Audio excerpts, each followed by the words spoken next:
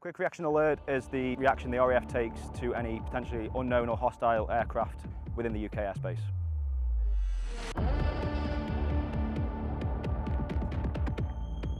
The value of working with our partners on Exercise Red Flag allows us to test and adapt our current tactics and practice these in complex warfighting scenarios. Command and control in its base element is information in and information out. We act as the middleman to coordinate all the different assets that take part in a mission. So for example, you can have your combat air, which is your Typhoons, your F-35, you have your ISR platforms, which is like your rivet joint out here, and your air-to-air refueling platform in the Voyager. And our job is to coordinate the information flow between all the different assets to make sure that the output of the mission is achieved